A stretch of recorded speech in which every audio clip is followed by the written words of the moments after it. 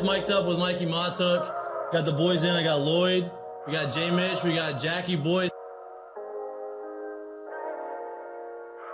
He tried to jump up and he might have knocked it in. Good time. Let's go. What a start to the Monday. I mean, I'm from Lafayette. My boys would come in, say,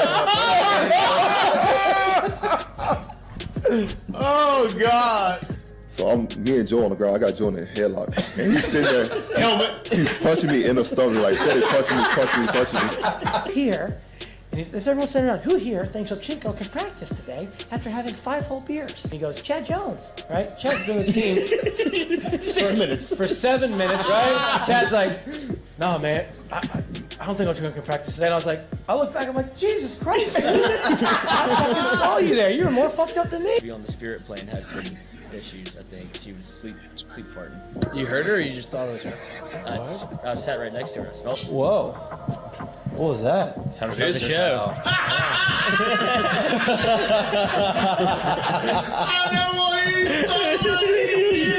Why would I have that? You had a circus or something. 603, I'm late. Like, I don't even know what I'd be doing.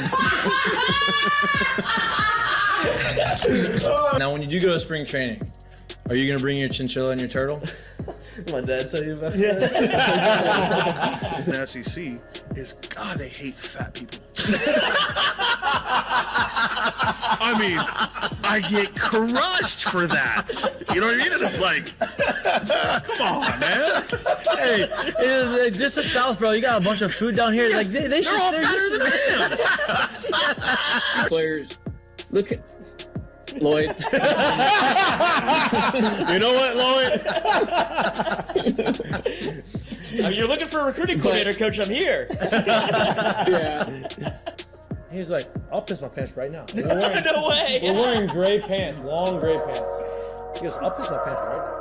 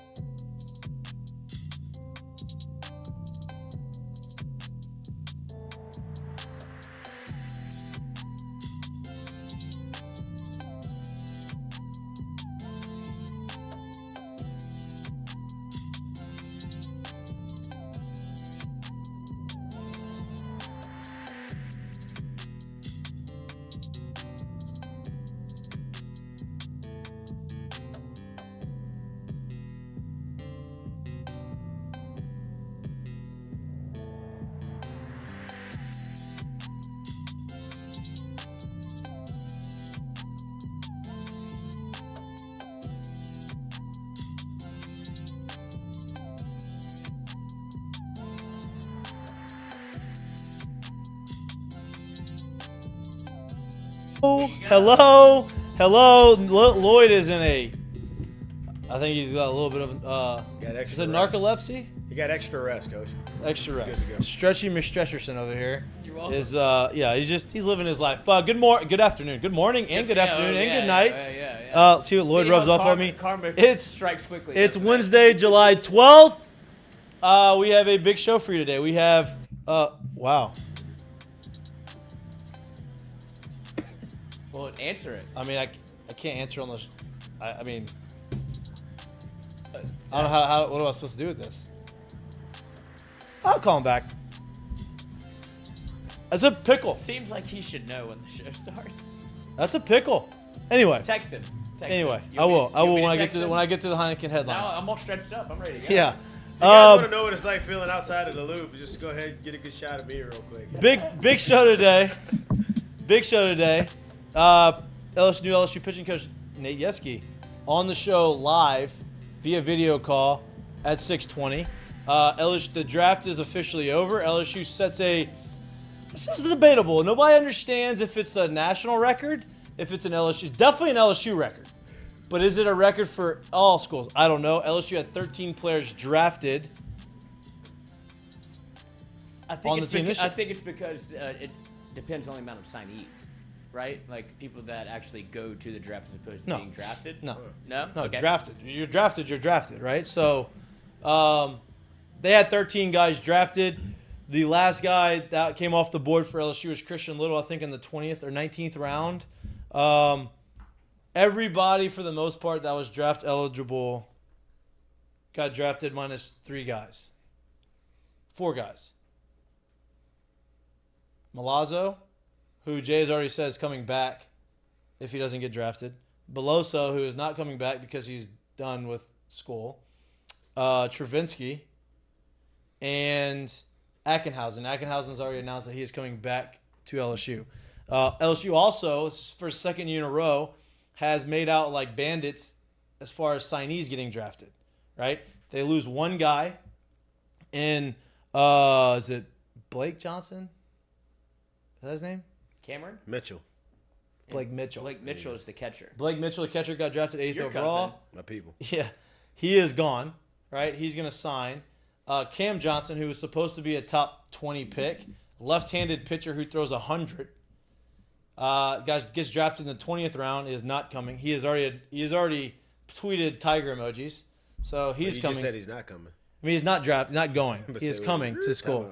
He already tweeted tiger emojis. He's not going anywhere. He's staying here. Jake Brown got drafted in the 16th round. He is the Louisiana baseball Gatorade Player of the Year. Right. He is announced he is coming to school.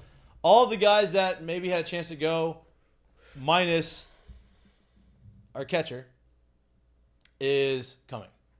Right? He's in the student in there. Wow. Prompt. Okay. Well, we need to go to break anyway. We're going to go to break. We're going to take a minute break. 3 minute. New pitching coach, Coach Nate Yeski, is here in the on-deck circle. Actually, I guess in the bullpen would be more suitable for him. And we're looking forward to talking to him. So give us 1 minute. We'll get him situated, and we'll be right back. You're watching Mik'd Up. We'll be back to you in 1 minute.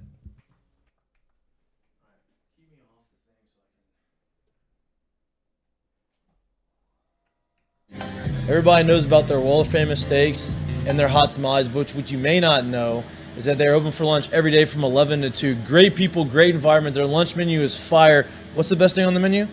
If you haven't tried it yet, you need to try the burger. Unbelievable. Best burger in town. Best burger in town. If you're looking for lunch, 11 to 2 at Doe's Eat Place. Again, they're located on 3723 Government Street. Give them a shot.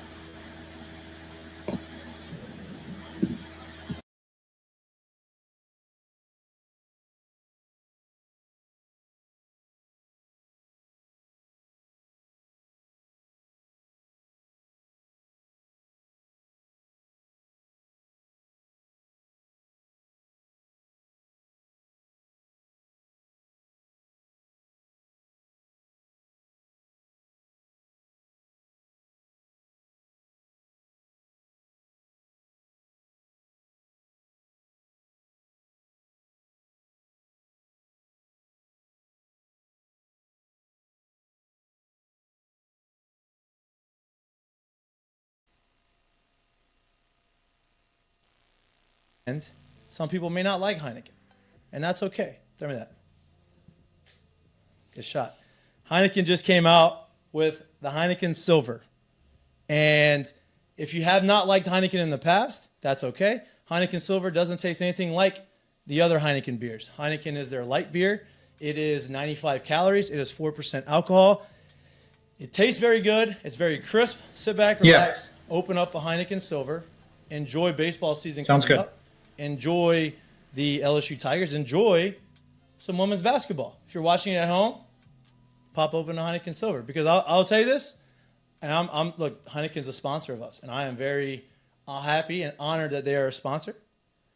I did not really enjoy Heineken in my previous times drinking Heineken. I have learned to like it a little bit. Some people like it. Tell you what, I drank this Heineken Silver and I enjoyed it. I got a couple cases delivered to my house today actually, and I'm enjoying it. So go ahead, go try a Heineken Silver. It's their new product. It's their new beer. It's their new line. It is very light, 95 calories, 4% alcohol. Tastes really good. Try it. Thanks, Jack. That was nice. We didn't even practice that first time. But before we go into our break, I want to give a shout out to, like I said, we talk about us getting new partners, new sponsorships all the time.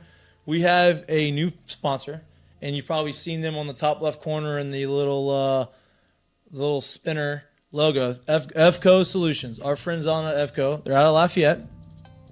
They're a civil construction company. They specialize in new multifamily construction, right? If you don't know what civil construction is, it's okay. Probably a lot of people don't understand it. They basically get the land ready to be built vertically, right? I'm giving you a little bit of a construction lesson here. I don't know much about it. I've learned it on the go, right? They specialize in site drainage, site utilities, earthworks, site cleaning, house pads, ponds, demo work, and hurricane cleanup. So they do anything that involves dirt, basically, or the earth. And a lot of that gets done before, it has to be done before you are building whatever development you are trying to build. So our friends at EFCO have been fans of the show. They are really, really good people. They're down there in Lafayette. If you know anybody from Lafayette, you do know me. Mitch is from New Iberia. I'll consider that Lafayette's 337 area code. There you go. 337 area code.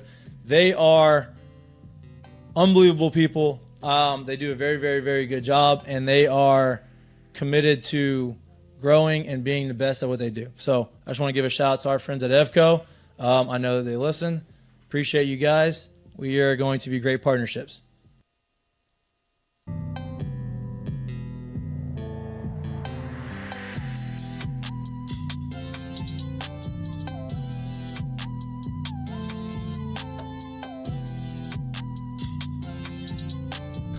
Welcome back to Mik'd Up. Sorry about the delay. We had a emergency phone call from a friend of the show that we had to have a conversation with.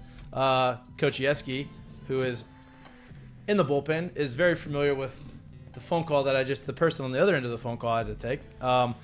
He is a big reason why Coach Yeskie is here in Baton Rouge. He is leaving Texas A&M, coming here, leaves our friend Nolan Kane. Nolan Kane must have not had a good enough recruiting pitch to keep him there. That's okay. I'm glad he's here. Coach, appreciate you joining the show. I know it's your first time on the show. We are a bunch of goofballs, and we're just enjoying the conversation with you. So thank you for being here. Awesome, man. Thanks for having me. No, anytime. Coach, your track record obviously speaks for itself. You coached under Jay at Arizona. You're at Oregon State. Y'all came down here to Baton Rouge when y'all had, I think, a sub-2 ERA as a team. You're at A&M. Y'all did great things there, and you move over here to Baton Rouge. What went into that decision to come here to LSU? What made you want to leave College Station to come here to Baton Rouge? Well, obviously, you look at the program and the history. You look at what a lot of players like yourselves and the guys that are sitting there with you, what you guys had put together over the years. And I think that's kind of at the forefront of a lot of young players' minds where they want to be. And certainly the conference, there's an opportunity to stay within the conference and dial it up on Friday, Saturday, Sunday. And then just the familiarity, I think, with Jay, Chief, and knowing guys like Josh and the other guys out on the road that are recruiting right now, kind of getting a sense to be around those guys and know what they're about. So when that opportunity came, Jay had reached out after the series was finished, and we had a chance to kind of iron some things out and figure out really kind of what we wanted to do moving forward. And I think that both of our visions kind of aligned. So made for an easy decision. Coach, you coached at Oregon State, coached at Arizona, and then moved over to A&M. So you've coached in two major baseball conferences. You have some experience now in the SEC. What is, in your opinion, the difference between the Pac-12 and the SEC, and what makes the SEC kind of the premier college conference in college baseball? I think it's the depth. I think when you're starting to dig into teams' bullpens, there's still some power arms that are being run out. Kids are throwing harder and harder nowadays, so there's still the pitching element that has to be involved, but there isn't such a drop-off. And it's the same thing when you're going through a lineup. Typically, you try to remind kids in this league, the guys that they saw last year in travel ball or in a good high school good high school league, you see that 3 and 4 hole hitter who's now maybe hitting in the 7 hole or the 8 hole, or he's a platoon guy, just trying to find the right matchup for him. So you're being tested. Guys are certainly a lot closer to the big leagues. It's probably one of the biggest jumps, if not the biggest jump, that a young man's going to make from high school to the Division I ranks. Then when you compound that running up against guys like Skeens, Cruz, and others, it certainly makes for quite the challenge. So the league it offers, I think, a more aggressive style of baseball, and certainly the involvement. And when they say it just means more in this conference, there's no doubt. Haven't been to the conference tournament 2 years in a row now, and seeing the support from every fan base, it's certainly a fun thing to be a part of. Coach, quite an accomplished player yourself at UNLV and through your time through professional ball. Getting your college career or college coaching career started at your alma mater, was it always a goal of yours to get to bigger schools and or maybe the SEC, or did starting at where you started at was something you kind of saw yourself there for a long time and the college carousel happens how it happens and the movement goes how it goes? Well, I think much like as a player, you want to challenge yourself and go where the best are. So was very fortunate to get my first job, kind of went into it not knowing what to expect. Was just trying to learn the process. I knew that I wanted to get into college coaching. I knew that back when I was a player in college. I thought, man, this is pretty cool. These guys I get to hang out with every day, they get paid to do this. And if for some reason as a player it doesn't work out, then this might be something I want to pursue, because you can impact guys on a daily basis, both on and off the field. And I'm really passionate about those things. So when you start thinking about what you want to do and how you want to do it, starting out there was great. But boy, when you're playing some of the other programs, and we were fortunate enough to get into regional my first year, and seeing the gap between, I think we were maybe the 3 seed, possibly the 4. I think we're the 4 actually playing at Arizona State. You see that gap. So you're always aspiring to challenge yourself and go to Omaha. I think that's what every young player wants to do. And when I didn't get a chance to do that as a player, part of that was at the hands of the Tigers. I got a chance to play down at the old Alex Box. That was my last college game in 1996. Yeah, wow. Me too. We're showing our age here. That's all right, man. You just age like fine wine. But when those opportunities came to move on to other programs, it was something that I personally wanted to do as a challenge. And then I've been fortunate enough over the years that my family's been extremely supportive of those moves and are excited about it. They've had their own experiences. I think it was maybe 2 months in to my daughter after she was being born. We actually played down there again in 2012 in a regional, and the people were tremendous, just tremendous. From the people in the stadium that were fans, the people that worked in the stadium. Some of them, heck, they even recognized my wife when we came down there 2 years ago and said, "Aren't you the lady with the baby from a couple of years back?" And she was blown away. She really, they knew everything about her. He said, "You were here with Oregon State." And they said, "Where's the baby?" And she pointed over, and at the time, I believe she was 10, so she looked a little bit different. Everybody was shocked, but it's just such an inviting place. And if you're a part of it, not so much if you're in the other dugout. Right. And that's, I think, one of the things that makes it special. Yeah, absolutely. The people down here in Louisiana, they have a tendency of just kind of drawing you in here to Louisiana. Like Baton Rouge doesn't really have a ton of big things going on, but LSU itself is a huge brand. The people here, I think, is what makes it. Speaking of people, right? So a good friend of mine, before I get to him, baseball, the way baseball is going, it's a lot about analytics. It's a lot about, you have, weighted balls and guys are throwing harder and all these kind of things. And I think some of the pitchability kind of gets lost, right? And a friend of mine, a guy that you are very familiar with, and Matt Boyd, he was a teammate of mine in Detroit. He sent me a text the minute he heard that you were hired. He said, "You're going to love this guy. He changed my career." He has a perfect mix of old school mentality with new age teaching, and he understands how to mix and match that, right? Can you talk a little bit about your teaching strategies and the way you go about teaching the art of pitching, because at the end of the day, it's kind of an art form. For sure. No, I think it's every guy is kind of like a code, and you got to crack them. You got to find out the things that motivate them, find out the things that inspire them, and then find out the things that work. I mean, the body's got limitations for everybody, and players work hard to try to do some of the things that they can to advance their skill set. For a guy like Matt, it's the beauty of this game, who comes in out of a high school, probably throwing somewhere between 84 and 88 miles an hour. We used him in some starting roles, kind of moved him into the bullpen for the next handful of years, and he was drafted after his junior year, and he'd always wanted to start. And when he got a chance to come back to school, he started advance his game along the lines of what you're saying. We delved into, we were the first program at Oregon State, at least from the Division I level, that jumped into driveline. Took a lot of criticism and a lot of heat because people didn't understand it. And now I think you can find it at every park that you go to, from, I would say, on the age of 13, 14 on up into the big league level.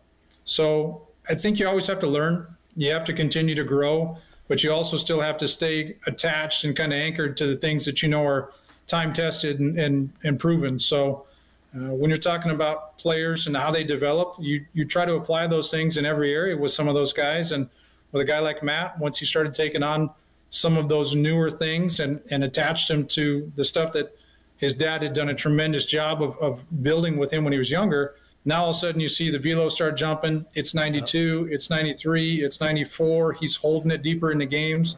And that, I think, kind of influences, or at least motivates, the next wave of guys to come in there and say, well, shoot, I better start maybe dabbling in this a little bit, or at least be open to hearing what this is about. And it was funny because for Matt, his whole exposure to it, I think, really came through a player that was on his dad's summer team. And he went home for Christmas break, and he was a guy similar, kind of upper 80s, lower 90s. And then next thing you know, the kid's throwing a bullpen going 97, 98, and guys are going, this doesn't make any sense. So, like, he just left 6 months ago, and so I got a call from Matt on that. So for each player.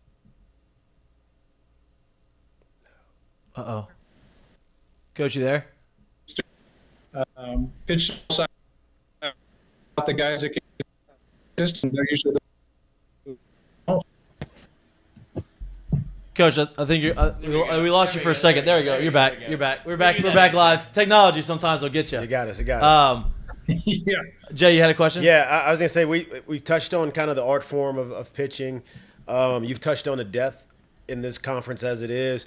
I'm gonna probe you a little bit and see if you've done your homework. But of the guys that are, for sure, that are returners here at LSU this year, of the guys that the LSU fans didn't get to see, whether it was because of the youth and there was so much depth there and they just didn't really get a chance to throw that much, which one of these young guys can you see taking a huge step forward next year? Because as we know, like I said, there's more than one way to skin a cat. Different conversations, different words, work with different people, and you never know who can actually pop and jump next year. For sure. I think when you start looking at the guys that are coming in, you've got the freshman class. Certainly you're excited to get Cam Johnson on campus, and you're looking at Anderson, Brown. I mean, there's a list of guys there. When you start thinking about the guys that are coming back, I know Moffitt's got a big arm. I know that Primo's got a big arm. Bucknam's been throwing the ball well in the Cape and kind of tracking along with what those guys are doing. And I mean, it's a pretty good list to choose from as you're looking at these guys. And I've had a chance to talk to them on the phone and get a sense of where they're at, kind of learning a little bit more about them and letting them put it into their terms. I'll dive into the film a little bit more when I get a chance, and then we'll start putting some things into play for each one of those guys. But there's a blend of left-handers, right-handers. You got arm strength guys. I mean, Guidry just kind of took the ball and ran with it towards the end of the year. And Literally. At the beginning of the year, nobody knew who he was. Right. And that's the beauty of kind of how this thing unfolds and unplay, for each guy. So excited about them, excited about some of the new commits that have come through the portal. And I think it'll be a good blend of guys across the board that'll be hungry to move to the front and get a chance to go out and compete on their own. Coach, you coached with one of me and Jared's really good friends, and no one came. No, one of ours, two of mine. Because Kristen. Yeah. No. Michael too. Michael Early. I forgot. You play with Early. Did Nolan give you any pointers or any tips, or say, hey, you got to do this when you get to Baton Rouge? Did he kind of give you a welcome package before you left, or did he kick you out the door and say, "I'm mad at you Baton Rouge for starters"? Yeah, Nolan's great. Yeah. He was a joy to work with, and you guys know how he is. I mean, he shows up to work, and he's pretty even keeled with everything that goes along. He knows what the players are that are out there, and certainly enjoyed my time with him. I think that there was probably a little frustration in some sense, just because he and I talked about maybe working together over the years. We'd see each other out on the recruiting trail and obviously run into each other in the postseason in Omaha.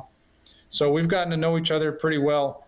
He said if I needed some help to give him a call, just to see where maybe the hot spots were in town, where to go eat, and maybe I'll defer to you guys and give him some more space for a little while. Yeah, there you go. I promise you, there's not going to be lack of places to eat here. That's one thing Louisiana does really well is food. You may gain some weight here, but that's okay. It happens. You'll learn how to manage that. The only way to manage that is you just make it to May and June baseball again and just sweat it all off. Yeah, that's really all you could do. That's exactly it. Another guy you've built a relationship with, obviously, is Jay, right? You and Jay have a long history with each other. Talk about what it's like working with him, the relationship that y'all have, and what ultimately brought you. Obviously, the relationship had to help bring you here to Baton Rouge. For sure, familiarity I think is key for everybody. When you look at guys that give you a platform to work within, they give you some freedom to do some things. I know in my time when I went to Arizona, he said, listen, I don't want to go to the mound. I don't want to talk to the pitchers.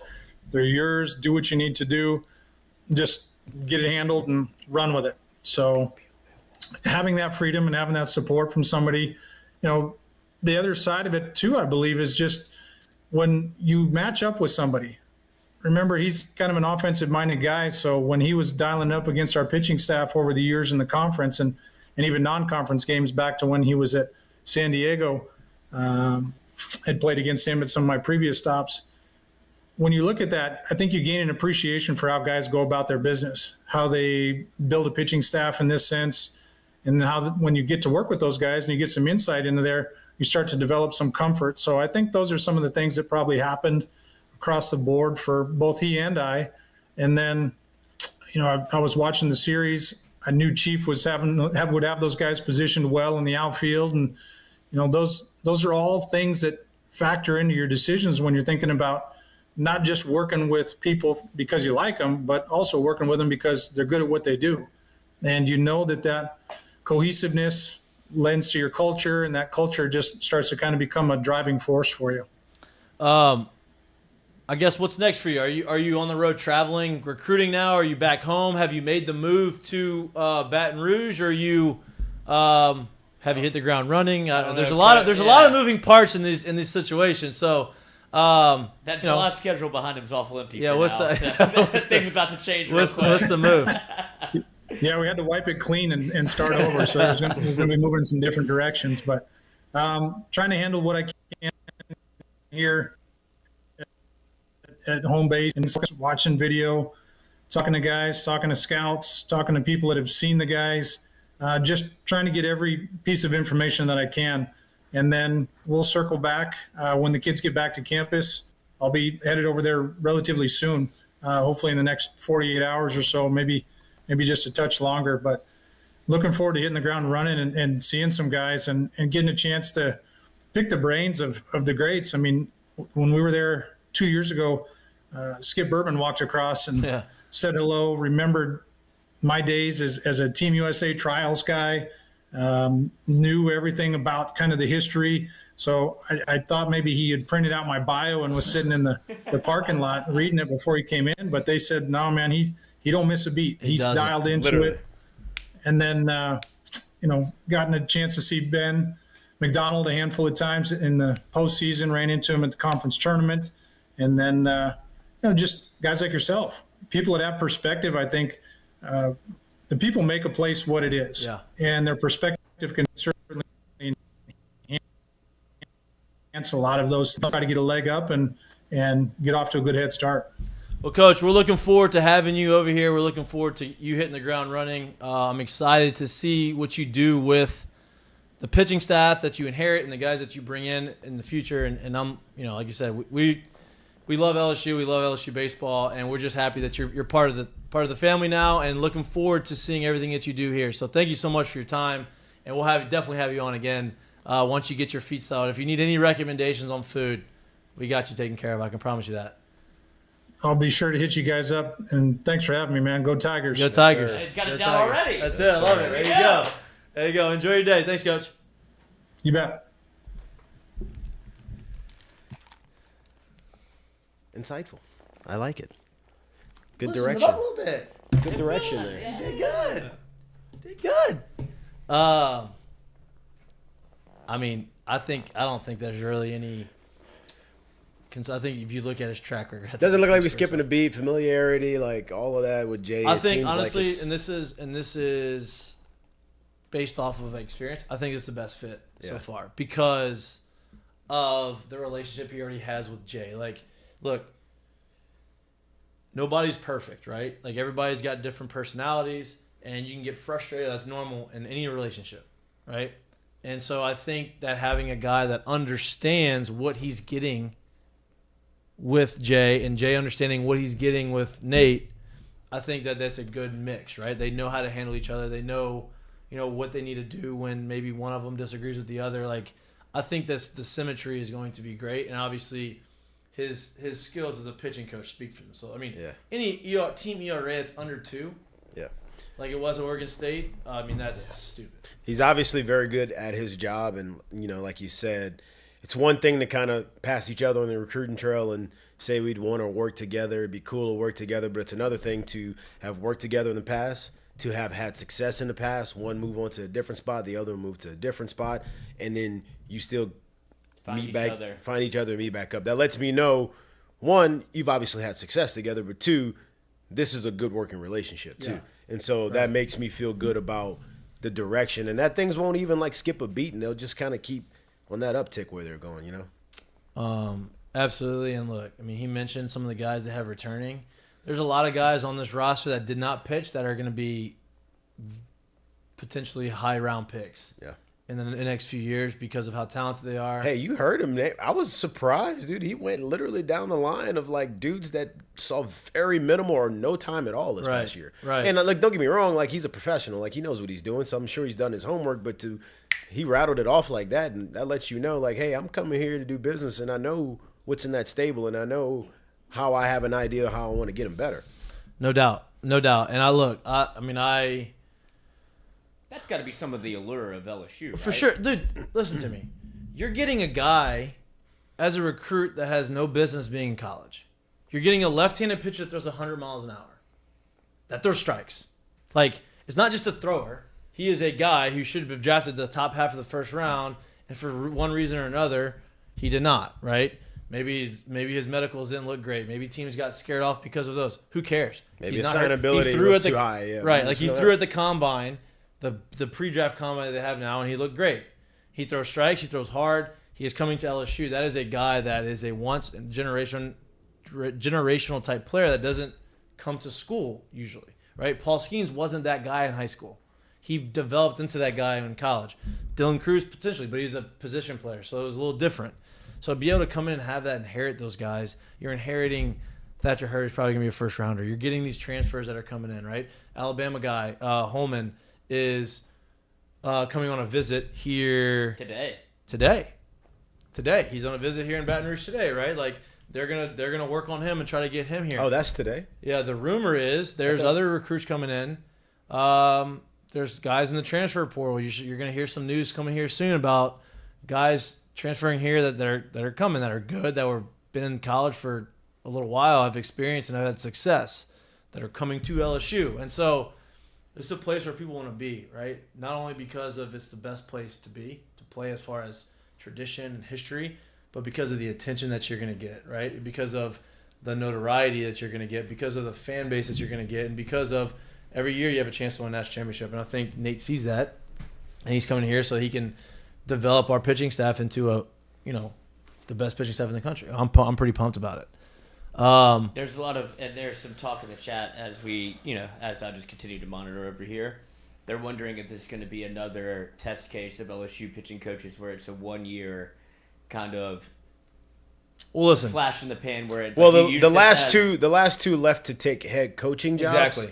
So if that is the 1 year test that we're speaking of, I think that kind of bodes well for Jay to keep getting dudes in here. Exactly. So I would hope that's in a sense of the 1 year test case thing. I would hope that's not what it is. But if the test case says you get a head coach job and you get a head coach job and you get a head, then I mean, what else are you going to do? Right. I mean, you're obviously bringing in very, very, very quality dudes. Right. And look, he's done it for a really long time. I'm not saying he doesn't want to have a head coaching job because he may very well want a head coaching job.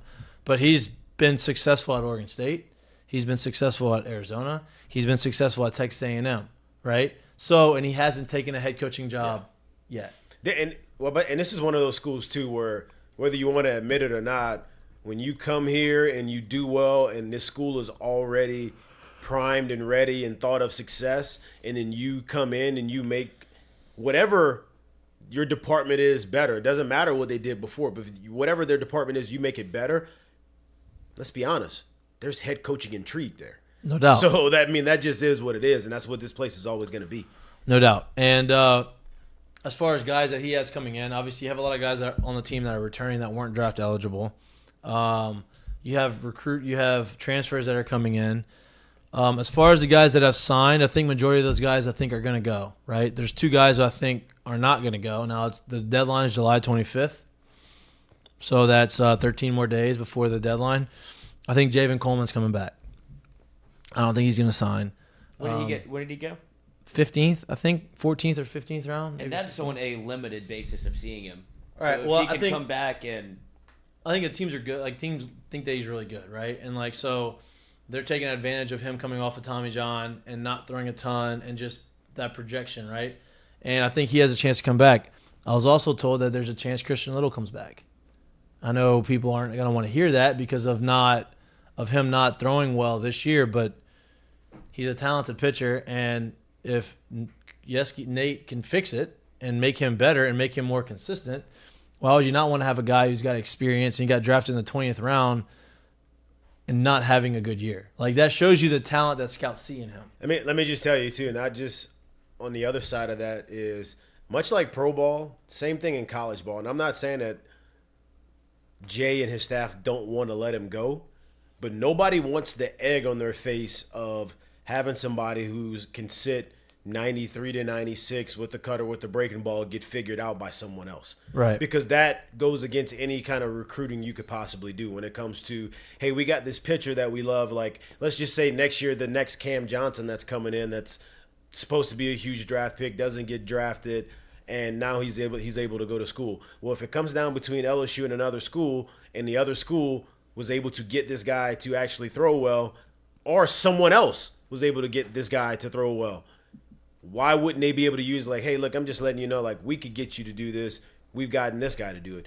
You don't want to go there. They couldn't get him to do it. He went there and he did this. Come here. It can be used against you. You don't want to be able to give those bullets up when there's that kind of talent in the kid. So I understand it. Right. Yeah, Absolutely. And I feel like people's probably perspective of Christian Little is a little bit skewed considering at the back end of the year. If he had the beginning of the year, at the end of the year, you would be ecstatic to get him back, right? And there was so many flashes, which is why he gets drafted, to where that, okay, there's probably a good bit of promise for him to come back and be able to find and have a legitimate role on the team as opposed to becoming the guy that comes in game 2 against Florida. Yeah. Like, that's not what he intended for his role to be at LSU. He didn't transfer to do that. But if you work with now you get Nate Yeski to come in, you get a clean slate essentially to start over, and if you're able to put up legitimate numbers, and if you're LSU, help the team, then it's a win-win for everybody. And you don't go in the 20th round, you go in the 5th or the 8th, right. And then that changes your future significantly. You know who else is coming here? Your guy MJ Seo, the shortstop, the Asian shortstop. That's my guy. Right? Didn't you pull up his video last year on us? Was he in this draft class?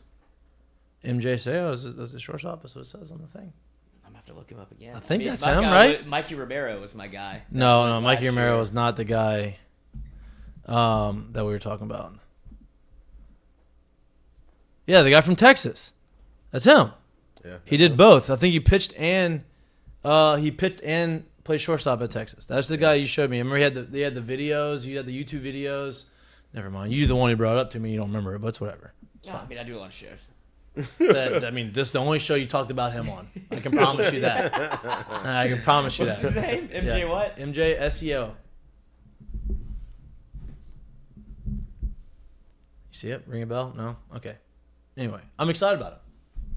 Oh, yeah, they did now that. you remember. Oh, this guy. They did the day in the life with him, where they did like That- the 18-minute video of him pitching. He throws like 95 off the Did I bump. not and- just say that? I didn't know he played shortstop though.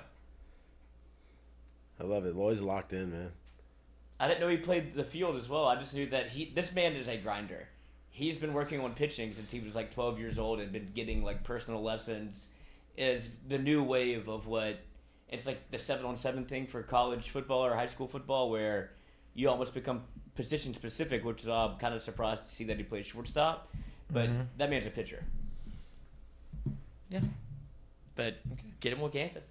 We got him on campus. Got a big recruiting class.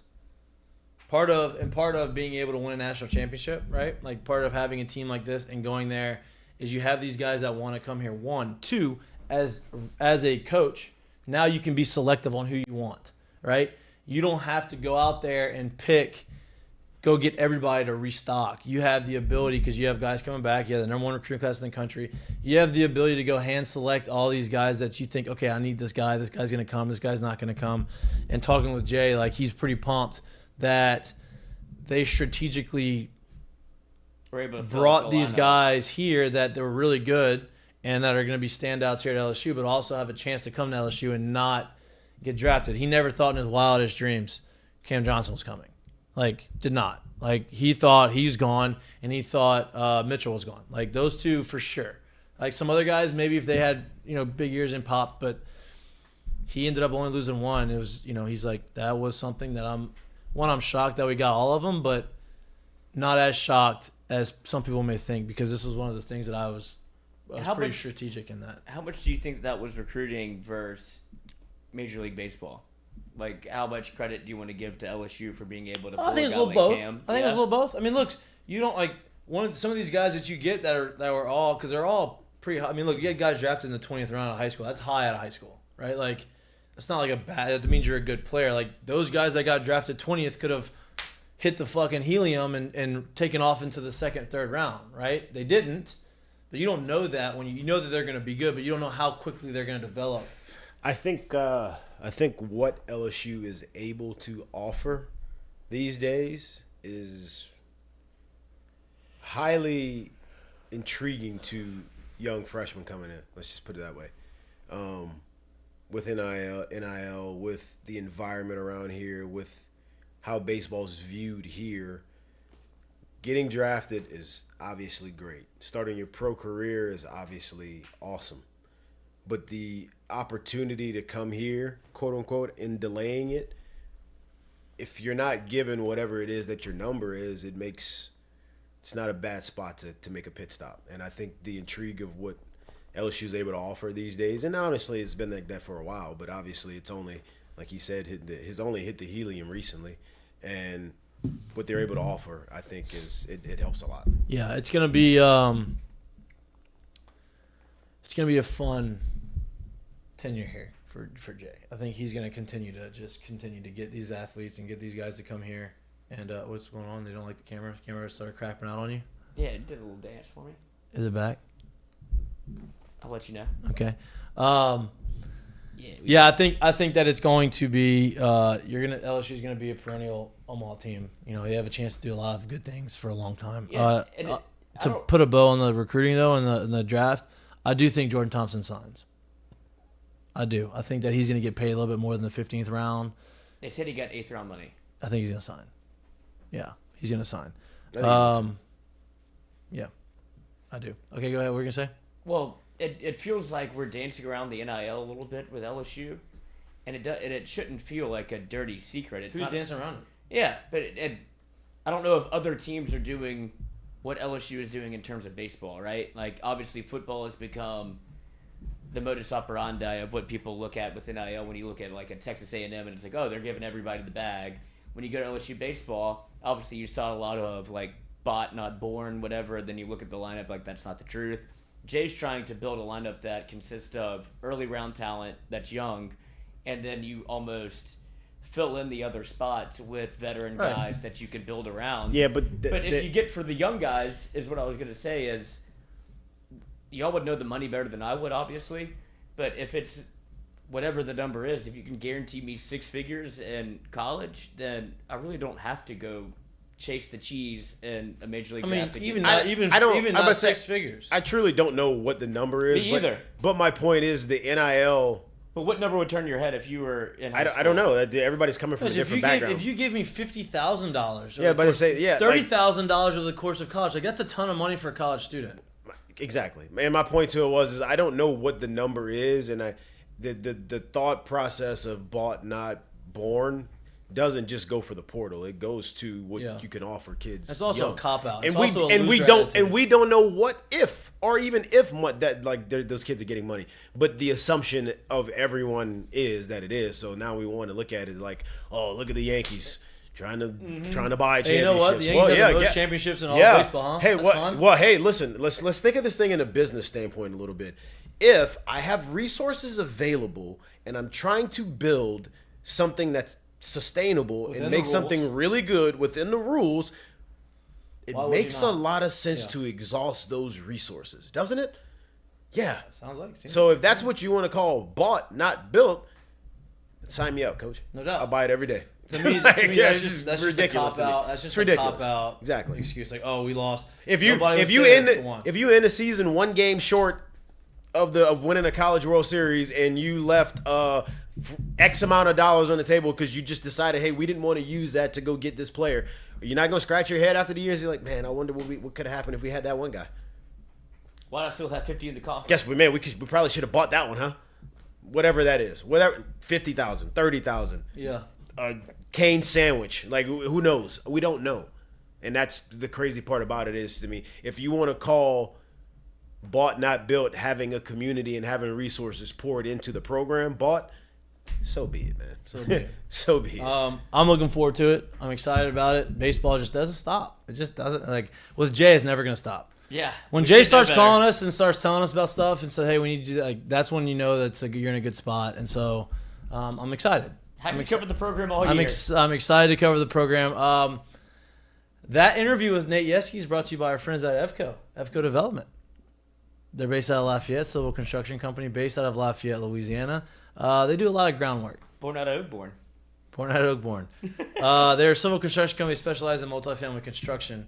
They specialize in site drainage, site utilities, site clearing, house pads, ponds. It's hurricane season. Hopefully there's no hurricanes. Maybe there's some wind and you have a tree and you have some things that you need to fix. Then they'll do anything that you need to do as far as helping clean the ground up. Maybe, get it ready for vertical construction. They're really good people. They've been in the industry for a really long time. They do really good work. If you're interested in that type of thing and you need that type of thing, call our friends at EFCO at 337-534-4675. Again, that number is 337-534-4675. Tell them that Mik'd sent you, and they'll probably be a lot nicer to you. Don't know if they're gonna give you a discount, but maybe lunch. They're not gonna charge you more because of it. I can tell you that. That I can guarantee. And this announcement also brought to you by EFCO. Christian Little on Twitter tweets out a picture of him in an LSU jersey. A response was, "Thank you for being a Tiger," and he goes, "Not done." Oh, so seems like he's coming back. Now listen, a lot of things can happen in 13 days. Twitter has been a nasty little animal for some of these signing guys. Yeah, well, things can happen in 13 days, right? Maybe somebody on that team or with that organization did not sign that they thought was going to sign. There's maybe extra money, and maybe they need to use that money so they don't lose that money, and they give it to him. Who knows? But if it ended today, it seems like positive. Yes, it seems like he would be back. Switching gears a little bit. All-Star game was okay. I don't really. Hey, when it comes to the All-Star game, are you on the All-Star game uniforms or team's regular uniform? I don't mind the All-Star game uniforms. I just think I kind of like them. I think they need to be better though. I love the ones this past the Seattle ones. The black pants. I mean, they weren't black, dude. Do you know anything about Seattle? It was Mariner blue. The ones With that with a dark. I'm pretty sure that was like a really dark navy.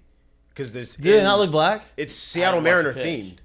I'm pretty sure they were black. Okay, then maybe pretty not. positive. Yeah, maybe not. I mean, I could be wrong. Well, I'm gonna go against both of y'all and say there's no more nostalgic feel for me than watching like old All-Star games where you see them in the away teams in the grays, home teams in the homes, and then you have like the All-Star hat or like the pendant. See, I like the jersey. That. I like the new All-Star jersey. I like the All-Star. Here's the thing. I'm with you. I like that feeling, but there's a couple reasons why I like the uniform. It's because once again, these guys. I mean, like, it's a bunch of competitors, dude. So like, when they get into a clubhouse and it's showtime, like competitive juices roll. You want to play, but they're no longer playing for literally the American League. Like, hey, it's us together here as a team, not me as a Yankee, you as a Mariner. Right. Now we're in the same. Like, we're here together. So there's some sort of a feel of like unity to me, and I think that's an awesome piece of commemorative like memorabilia that they can have for themselves way down the line. Where like if I showed up at their house and there's someone who has 15 jerseys on the wall, maybe I don't notice the All-Star patch on one of them. But what is this jersey? But if you have 15 different jerseys that are all All-Star game jerseys, then you're like, damn. Then you're a G anyway, so it doesn't matter. My point no, I'm saying like if you have all of the new jerseys that are up, it's like I got. Yeah, and then now imagine if you got 15 that are the same or from your team. And I just think it gives a little bit more to the players. I get that. Here's another fun fact. Via Front Office Sports on Twitter. FOS. I was talking about the All-Star game. MLB All-Star game was the least watched MLB All-Star game ever, averaging a record low 7.01 million viewers. With the declining viewership, still has the most watched All-Star game of any of the major sports. It's the best one. Well, it is. It's the one that's closest to a real game. Yeah, so, right. Yeah. Like that shocked me a little bit. Obviously NFL, NBA to me would have been the other one that I thought maybe people would have watched. MLB 7 million viewers, NFL 6.3, NBA 4.6, NHL 1.5. I think that's pretty cool because people think that baseball's dying. Nobody likes baseball. Nobody likes it. No, that's not true. It's just not the national. It's all regional. You have to look at it regionally. You can't look at it nationally. So I thought that was pretty cool. Yeah. It's by far the game that's played closest to a real. Like it honestly kind of. There's no other way to play baseball. Yeah, I mean it kind of really is. Besides maybe someone literally like laying out doing something crazy or like trying to pull a hamstring, cutting the ball off in the gap. Like they're just playing baseball. You play the game. Like it's the game. If we were to stick on the major league thing just for a second, what are your thoughts on being mic'd up as a? I liked it in baseball in the All-Star game because that's something. The All-Star game is something different. Now I thought it was wild. The pitch that hater was throwing literally mid wind up talking in the same time. John Smoltz. Yes, he said, "Smoltzy, call the pitch. I'll shake it off. I'll shake till I get to it." That's what he said. He said, "Hey, you call the pitches. I'll shake till I get to it." Is what he told him. It's like, can you imagine? It reminds me of the Alex Manoah one from last year too. Yeah. Can you imagine if Smoltzy said, "Hey, go fastball in," and then you saw haters shake to fastball in. Hey, I need the slider here. You shake. Can you imagine if Smoltz did that? How cool would that be? How awesome would that be if he called the pitches from the booth in the ears, and he did it for him, and he said, "Okay, I'll shake to it. Listen, you're my pitching coach in this one." That'd be pretty cool. That'd be pretty cool. Trust John Smoltz. I like the mic'd up stuff. I think that it needs to be. They need to try to make it a little more fun, as far as like the questions go. Like, don't ask him like super serious questions. I thought it's built for the outfield, right? Yeah, pitching outfield. I think pitching outfield is pretty cool. Honestly, it'd be really. You can't do catcher because it's too close to the hitter. Like the hitter would hear everything. But I think that like it needs to be a little bit more like make it loose and fun. Like don't make it super serious. Like do some research before you talk to the guy and like make it like to where they can laugh. Who all did they interview? Didn't they start off interviewing Mookie? Probably. I know Freddie Freeman got interviewed, right? Well, Freddie is the test case. That's what made this whole thing pop. Yeah. Was him in the I believe it was like a spring training game. Yeah, but he It was did. like a little They bit of did it in wind the boy, All-Star but game, that's right? what he was like the first guy to Yeah. ever do. It's like it's to me. Here's what I would love to see. It's hard to do it this way, but I would love to see them interview guys once they get on.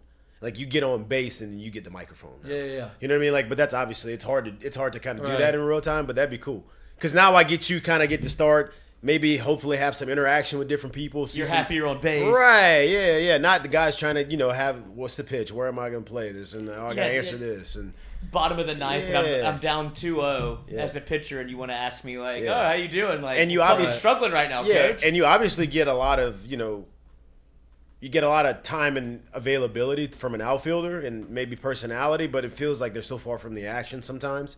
Like, I would rather it be someone right in the middle of it, and it'd be cool if it was a base. I thought was really good. And I think it's part of because he was so young, but like he was smiling the whole time. He was enjoying the interview, like Julio Rodriguez, right? Like Yeah. they talked to him, and you could tell like he was just laughing, he was smiling, he was just enjoying it. Like to me, that's how the interview should be. It shouldn't be serious. Like I don't feel like I'm distracting him.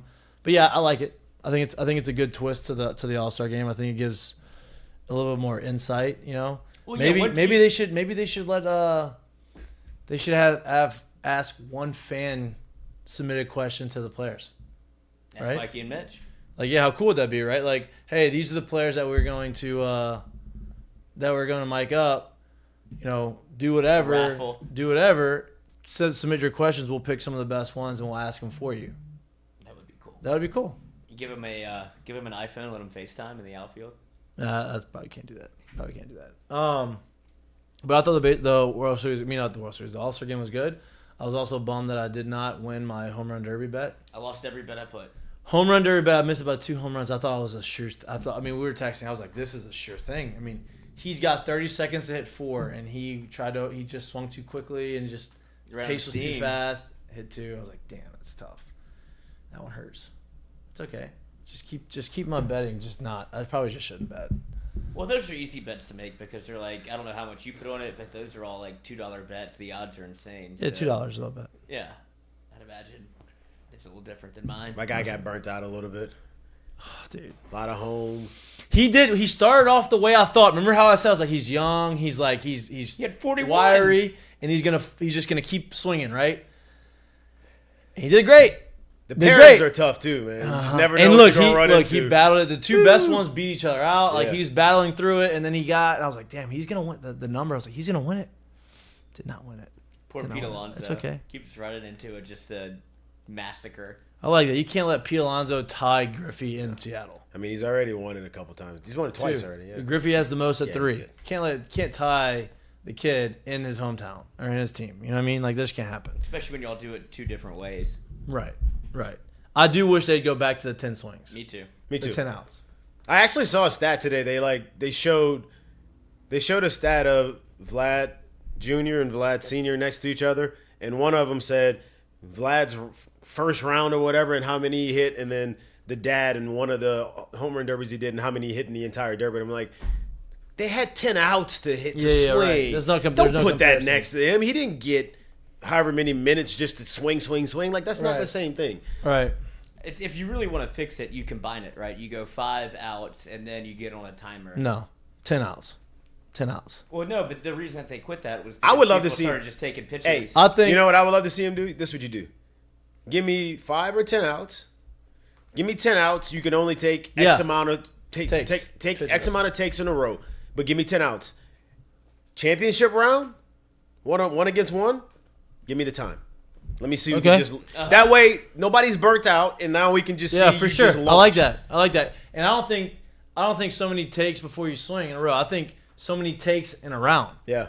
Like, Or hey, even that. Just before the find time, a way to so that now obviously Yeah. it makes sense for you. Not like they don't, but it makes sense for you to make sure you have a good BP pitcher, and it matters. for the time the timed round, fine. For the 10 outs, you get 4 takes, 3 takes Yeah. for the whole 10 outs. Yeah. Whatever. However they a lot did of it. pressure on Dad. Happens. It's I part mean, of it. that's what The pressure- happens. the same That's what pressure's happens when already the on dad. him That's anyway. what happens when the dad's throwing coach pitch to the guys. Hey. If you have a certain amount of pitches to hit. The same pressure's on him when the time's up. Yeah. Like, let's be honest. Like if you start cutting balls in here and there and they're not swinging, like the same pressure's on you because when the other guy's not doing it, the other guy's launching the whole time. So it's the same pressure. Right. Making a change for them. Whoever Alonso's pitching coach was, Pitching Ninja got a hold of him. I don't know. Did you hear what happened to? Wait, did you hear what happened? Yeah, they weren't. Apparently, his guy like got sick or something, and like it was that day. So it was like a substitute guy. Yeah, he wasn't the guy they wanted. He was supposed to just wheel the cart out there, turn the TV on, and sit at the desk, and all of a sudden he was having actually. He had to teach the whole course, and it wasn't supposed to happen that way. That Zenith ain't coming out today. I'm glad they added the extra day of the All-Star break too, so the guys have extra time. But we talked off air about this. This is also switching gears again to a different sport. We talked off air about Hard Knocks, being filmed, right? Yeah. And they chose the Jets, which I think is going to be awesome. I love the fact that you're going to be able to see Aaron on there. I love the fact. I feel like that they got a lot of. I love the fact that we potentially get to see Deontay. Yes. Big D. Yeah. Big Spence. Big Spence. Big Spence. Who's Big Spence? Spence to you. As Big Spence to you. Friend of the show. Friend of ours. He's been on the show. Yeah. He receiver, returns extraordinaire. Yeah. On the team, recovering from injury, but seems like Aaron likes him, so you may see him good personality. Make a little cameo in there. Yeah. I think. Listen, usually the teams that have Hard Knocks. What are the I know you said you don't know them all. So I think it's you. Couldn't have been on Hard Knocks in the last 10 years. That's one. And the other one is you can't have made the playoffs the last 2 years. In the last 2 years. So I think those are like the two big or maybe only criteria of being on the Hard Knocks. And there was only like 4 or 5 teams, the Saints were one of them, that fit that criteria. And the way I think it goes is of those teams that fit the criteria, they get to reach out to Hard Knocks and say, we want to be on it. Apparently, none of them did this year, and none of them wanted it. And so Hard Knocks had to make a late push and say, hey, we're making an executive decision. You guys are going to be the ones. And that's how it kind of goes. Love that. I think if I remember correctly, I want to say it was the Commanders, the Saints, the Jets, and 2 others. I forget who the 2 others were. Can't have the Commanders on there. I think it was 4 or 5. Can't have the Commanders on there. Commanders were a hard no. I think that's exactly like, ooh, we can stay away from that one. Okay, you fit the criteria, but out. You're out. Not yet. Yeah, they also had reached out to Detroit to do it again. But because that was part of the criteria, you couldn't do it. Right, Well, but they were making a playoffs. special push because nobody had said yes. How everybody loved Detroit, everybody loves Matt Campbell. They're like they'll probably say yes, but there was like it didn't fit the criteria. But they get. I think the NFL can make like a. Considering the partnership with HBO and NFL Network and how they have to do all of that, they can kind of make you do it. You get first right of refusal, but you're not out the game yet. Apparently, I read an article about it actually this morning. Apparently, like early in the off season, Robert Saleh came out and straight up said, like, I'm sure there's a lot of teams that would love to have Hard Knocks in their buildings. We're just not one of them this year. He got it. And they still placed it on him. He got it. He straight up said, like, yeah, we don't really. I can't wait to see his attitude towards it. Oh, it's gonna be great. Too happy. They got some personalities there, bro. Look, that's gonna be a good team for it. Detroit and Man Campbell show that you can win. Yeah. Because usually when you're on Hard Knocks, you're not winning. But they did. Well, it's because of the criteria. Yeah, like, right. What you apparently I read this morning too. The last time the Jets were on it, you read a lot this morning. It's a morning reading, coffee morning. It came up as a notification. I'm Nice. like, oh, let me check this out because it actually had a picture of the Texans on it. I'm like, man, I could have sworn I saw somewhere that the Jets were on it. So that's what made me read it. So I read it. Apparently the last time the Jets were on it was their second winning season in a row, and they went like 11-5 that year. The last time the Jets were on it, so let's get it's got a little snack. good omen. It's got a little good omen on it for them. That was the Rex Ryan years. Whenever it was it was as electric as it could have ever been, and that's what kind of kicked off like Hard Knocks again because it's been going on for a long time. Yeah, it has. Longer than people was on it. Longer than what people realize, man. Shannon Sharp was on it. Yeah, like, that's how long it's been going. But I don't think you're going to get a Rex Ryan type performance from Salah. No. I have a couple football housekeeping notes. Information. Keep the house in. Alvin Kamara. Weird. Free him. Is one step closer to being freed. How much you need? He no felony charges.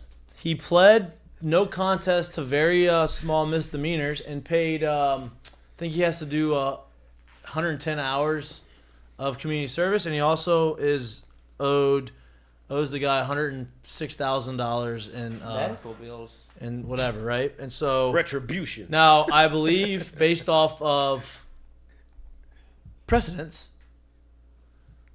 he's probably still going to get suspended, right? If you remember, Roger. Ben Roethlisberger in 2011 had gotten that altercation, not the other one that you're thinking of. Don't say fight it. altercation. Don't you do it. And There was no altercation because he had his offensive lineman there to help. charges were dropped, but he was still suspended 6 games. I don't know how much Alvin Kamara is going to get suspended now. That'll be an appeal process. Alvin seemed like he was in a good mood. He posted some stories on Instagram with his attorney on the flight that they had, and just said that he was, very happy. He should be like he no criminal charges, all good. So that's good news for the Saints, knowing that he's at least not going to get suspended for the whole year. You'll see him at some point, and I think the Saints are going into the season with a whole hell of a lot more hype than they had last year. That's for sure. Another football. Is it all because of Derek Carr? No, I think it's Derek Carr. I think it's based off of The exit of Tom. Was that? Yeah, that's what I'm. That's the exiting of Tom. I think it's the division. I think it's okay. Michael Thomas is probably coming back. It seems like Michael Thomas is bought back in. I know you don't like to hear that, but that's the facts. Let's be honest, bro. If he's on the field and he's healthy, it's worth it. What? He restructured his deal to a 1-year deal. He has all the reason in front of him to play and play well. And we're not paying He's him. betting himself on himself, which is awesome, which shows me that he is committed to it. So he's coming back. You have maybe the best receiving core in the one of the best receiving cores in the NFL now with him and Olave. Not just receiving core, offensive skill position core. Right. Yeah. Right. And you have another running back who they're very high on. So I'm confident in the Saints. Their defense obviously is going to be good. And so with AK back, I think that's good. Now, the other football conversation that I would like to have goes back to college, right? We talked about our guy, Pat Fitzgerald, rest in peace, being fired. He was a linebacker at Northwestern. Was actually being coach at Northwestern, I think, was a successful coach there, right? Like, he put Northwestern, had some winning seasons. They had some really good seasons. They upset a bunch of teams. They're always a team that, hey, they're going to upset somebody every year. 11 a.m. game. Every year they're going to upset someone. They're going to play good defense. They're going to do all these things. Well, he gets fired based off of allegedly having lack of institutional control. Yeah, that's what they say. Right? A bunch of things probably warranted. That's if you're Jim Tressel. On 3 is now reporting that given the opportunity, Coach Ed Orgeron is interested in taking that job. Now, he is a national championship winning coach, right? I get that. Can't deny it. Now, what happened after the national championship is not very good. And you're going to get rid of one guy who lacked institutional control. About to say and you're going to hire somebody else who was removed 2 years after a national championship because of lack of institutional control. Because he lacked institutional control. So to me, I'm not saying he's not going to be capable coach. I'm not. But if that is the reason why you fired one guy, hiring another guy who maybe is a little bit of a loose cannon that way, and maybe now that Coach O is newly engaged and he's happy and he had a little break from football and now he's, maybe he's a changed guy. I tell you what, good for you if you think that. If you could, I tell you, if you could have I'm hosting the show. Hey, this is all conversation. If you could have the career that you've had, and I mean like zero disrespect to the career that he's had a great career, right? But it hasn't been a career head coach, and then to have a few very successful years as a head coach, and then to exit the way you did after those very, very few years as a head coach, and to come back and to still get your very first job after as a D1 head coach, boy, you got a horseshoe up your ass somewhere. That's unbelievable to me. Like I just don't understand how it's not. Hey, let's go ahead, let's try it out in this coordinator job first. Let's see how this thing goes, and then we'll figure it out from there. Breaking news: Christian Little will not sign his pro contract. He's returning to LSU. We're not a show for breaking news. Look at you just breaking all this news over here. And I quote, "We got something special brewing, and I'm not going to miss out on it." he said, I want to regain the value that I came to LSU with, and I want to finish what I came here to do. Sounds like somebody that's bought into me. Well, that's pretty good. Okay, sorry, I didn't mean. I'm just saying. So, but I'm with you. Like it's. I would love to have those chances. That sounds great. 0% chance, right? 0. The same amount of chance of me getting the job. Yeah, I was gonna go another route, but I'm not gonna go that way because I don't want to, ruffle. It's not ruffle. It's just he has no reason to catch a stray because he's a friend of mine, and I know what you're gonna do. Yep, I'm not gonna do it. Good. No, the same percentage of that happening is the same percentage of this happening. Okay. I could see There's 2 parts to the Ed Orgeron thing that I understand. One of which is you can't trust him, right? Obviously, what you saw. But the other part is him being without football, and he seems like one of the guys that doesn't know what to do with himself without football. So he would. He misses it. He wants it. No doubt. He definitely wants it. There's only so much partying and running around that you could possibly do. And it's obviously he's already settled down because he's got a new fiance, right? I mean, so, God, that happened so fast. It just snowball went downhill. Well, I mean, once you see that, once that happens, and once that comes out, like you ain't stopping the avalanche. Fixing it. You ain't stopping the toothpaste. Unless you're Bob Huggins. Unless you're Bob Huggins, just refuse. You just say no. I'm not doing that. I'm staying here. I'm not resigning. I'm staying right here. My wife sent that email. You fire me if you want to fire me. And pay me. But instead, you're going to give me an extension, and then I'm going to mess up again, but I'm still not leaving. So I'm here. Boy, that's wild to me. You just keep showing up to work? Bob, we fired you. No, you didn't. No, you didn't. This is my office. I'm here now, Bob. We fired. No. You did not fire me. I didn't see anybody. I got the key. How you? I'm not. You can change the lock, but I'm not leaving. So we sent you the papers, Bob. No, I didn't see him. I saw them. I ain't been home. It's me. I'm here. This isn't about getting served, Bob. You don't need to have the papers like you're gone. Oh, I don't believe you. I don't believe you. Until I see somebody else's name on that door. Prove it. That's tough. Wow. He might. I mean, it's a Is he going to bully his way into keeping the job? So. Strong arm. Is he going to bully his way into keeping the job? Got the mile behind him. I mean, that's unbelievable. I mean, you know who their athletic director is? It's Gordon Gee, the same guy that was the athletic director at Ohio State that had to deal with the Jim Tressel scenario and then brought Urban Meyer in. So he's someone that is very accustomed to nefarious acts in the athletic department because Jim Tressel obviously gets fired for tattoos in exchange for uniform equipment. That got him fired. That goes to show how far. Boy, how far have we come? Right. Terrell Pryor was in trouble for selling autographs. For tattoos, not even for anything. Yeah, free tattoos. And Boy, now we come a long way. Now you have Alabama's baseball coach willingly and freely. But that's got to be a mistake of the day, right? Absolutely. That's your Doe's mistake of the day. Okay, we're not going to get into that. Who, Terrell Pryor? No, the Alabama guy. And also, all those guys all those teams that got in trouble for that stuff in the early 2000s or whatever, you had to vacate these wins because you had a free dinner from a booster. Or, hey, Reggie Bush, your Heisman Trophy doesn't count because of all these things. All that stuff should be oh, no, never mind. That never happened. It'd be nice to have you just go ahead and revoke that. And let's go ahead. We can, all those wins that you had, you can still count them because let's be real. You go to those schools, all of those trophies that they have are still in the trophy case. And Reggie Bush's Heisman may not be there, but a replica is probably there. And every memory of all of that year is still etched in everybody's mind. Those guys should all have those accolades. Hey, I'm sorry. You know what? You're right. Just like MLB should go back and say all the guys on steroid are in the Hall of Fame. Right? If you deserve to be in there, you're in the Hall of Fame.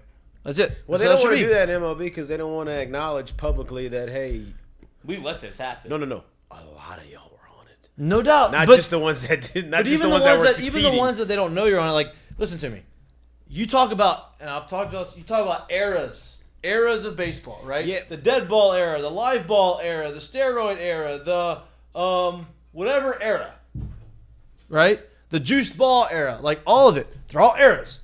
The steroid era is part of the history of baseball. It was not illegal at the time, and this should count. I'm with you when I say it should count, but the only reason why I'm saying that they refuse to acknowledge it and let it count is because you said dead ball era. Means everybody played with a dead ball. live ball era. No, right. Everybody played with You're a right. live- I get that. They refuse to acknowledge that. That I'm not going everybody to was say on it. everybody, but a very, very, very large amount of dudes, succeeding or not succeeding, was on it. And that's why they want to act like the guys that they're banning and keeping out are the outliers, and they were not. Right. Did they do outlier type number stuff? Yes, but they were not outliers in how they went about with what was going on, and they don't want to acknowledge that publicly. Much like they don't really want Agreed. to acknowledge how much those Astros players knew. Weird. We'll go on to next statement. Agreed. Boy, did you see how much how loud the boos were for when the Astros pick came on the draft? It was the entire time. Mm-hmm. The entire time. I mean, people. I can't wait for let that football. go. That just got me a little juice for football season. July 18th, cameras start rolling. And July 25th, first day of training camp. Have y'all seen? I assume everybody here. Quarterback? Yes. I have not seen it yet. But have you? No, I heard about it. I'm going to watch it tonight. I'm not going to watch it tonight, but I'll be watching it here soon. I know we talked about it a little bit on Monday, but I hope I can watch it. Maybe I can watch it tonight. Isn't the ESPYs tonight? ESPYs is on right now. Lil Wayne Oh, just no. did the opener. Did he Will really? Wade? Lil Wayne. Oh, I was like, I'm out. Will He Wade. just said Will Wade just did the I thought you said he was in the opener. I was like, why? That's weird. Hey, don't put it past him. I mean, Pat McAfee has got a mic. AJ Hawk.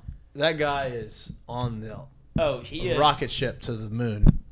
See, the thing I'm worried about with Pat, because obviously we all have been fans of that show, especially of the YouTube era and where it all stemmed from, and how, like, to see him build it.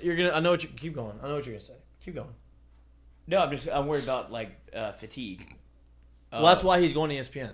I'm worried about that fatigue of seeing him on everything. He's on the ESPY. He's gonna be on College Game Day. Like, God knows where they're gonna shoehorn him in. But that's why he's going to ESPN, because I think that fatigue. He's gonna not have his fatigue, and he's gonna find his way, right? Like, they're gonna say, okay, this is what you're gonna do. Right now, he's the new face and he's the popular guy, and they're gonna put him everywhere, right? But I think eventually he's gonna settle into probably just football conversation, and still have a show, but mostly just football stuff. Like, he'll be on with our Game Day, NFL Live. He'll be on, exactly. That's what I'm worried so. about, because people McAfee is a very polarizing figure. Yes. And there's going to be people in both camps of when they first see him, they're like, I hate him. And then never turn it on when he's on and not give him a chance. He is an acquired taste, I would say. I think that's fair because of how he approaches his, I guess, dialogue towards sports. Mm-hmm. It's very different than what people are used to. So if you're an old head watching ESPN going, you're 55 years old, like, who's this guy yelling at me? Well, here's the deal. The more the demographic is not that anymore. That's what they're trying to do. They're trying to change who watches the show. Yeah. Because who's going to watch the show for a lot longer, the 55-year-old or the 15-year-old? Right. You know what I mean? The 15-year-old you're going to have as a viewer for the next 40 years. Until he's 55. Exactly, right? Like, that's what you do. That's what everything's trying to do, right? That's the Get cycle younger of life. in the digital era. It's the cycle of life. You know what I mean? And so I think eventually, the more he does it and the older he gets, the more it's going to be toned down a tad. You know what I mean? Like, and he's on ESPN. That's just, people will get used to it, I think. I think it'll stay him. I mean, it'll stay him for sure. But I think that I think people will get. I think people are gonna get used to it. Yeah, as but opposed the Stephen A. thing's never toned down. You just got used to it. You got used to it, and Skip Bayless has never toned. You just got used to it if you watch it. I can't stand. No, I literally I've hated Skip day one. You hate him now, and it hasn't gotten any less. But you just get used to it. Shannon doesn't like him either. I don't think they have a great relationship. I really wish Shannon would just punch him. I don't think they're gonna ever play golf together anytime soon. I don't really see that happening. I don't think so. I don't think lunch. Nah. He can't no Christmas parties. Dinner in the same no city. Christmas parties, no Christmas cards. Definitely not. Not meeting up for a drink before the Super Bowl. No, I don't really think. Honestly, to the point where maybe Shannon gets a new number and doesn't maybe. So Skip doesn't even have his contact info. That could possibly happen too. Yeah, it made Skip kind of won. Did he? Has to change his number. No. Did he win? Don't give him that power. Skip's gonna lose because he's not gonna have a good. Shannon made that show. Yeah. To me. Yeah. Well, that's Skip. What he's going through right now. He's not been able to talk about any of the NBA contract situation, and even the things that he loves to put demerits on. He has not had a co-host, so he's been off the air for the last 2 months. Oh, he hasn't had a show? He doesn't have a co-host yet. They may get rid of him. No. Or he'll turn into the Colin Cowherd show. One of the two. I don't think he can do it by himself. Colin's better than Skip, though. I don't know. Both of them makes him out. No. He's better. But they both make some takes where you're like, For sure. But at least Colin's not, like, so combative. You know what I mean? no, Like, but Well, he he's has somebody he can bat with. Right. Yeah, but yeah. I think he would be if somebody was there sitting there the whole time, though. I don't know. Skip's. I mean, Skip's tough, bro. Skip's takes are like Skip. Bro. He's playing a character. One, his takes are terrible. Two, his delivery persona of himself is so outrageous to me. Great And shape. so He's so pompous with everything that he yeah, does, and so like, hey, it's- bro, who do you think you are to be able to put yourself in this category of, like, just it blows my mind, dude. He's so delusional about who he is and how, like, it blows my mind. A lot of times he just gets off base and like takes like the personal shots for no reason too, and you're just like, yo, Bro, the worst. what? Yeah. The worst.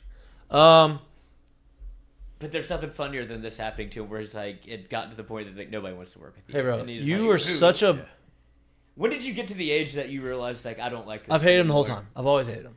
What, Always Skip? hated. Yeah, I never. I But think just that- just I'm that gonna be style honest of with you. show. He look, made me hate Stephen A. Hey, but literally, he's about to say, "Here's my hot take." Truthfully, like, don't get me wrong, Stephen A. still got the same type of personality. Where, just like you said with Pat, like, if you turn him on, and you never seen him before, you're like, bro, this guy's a lot.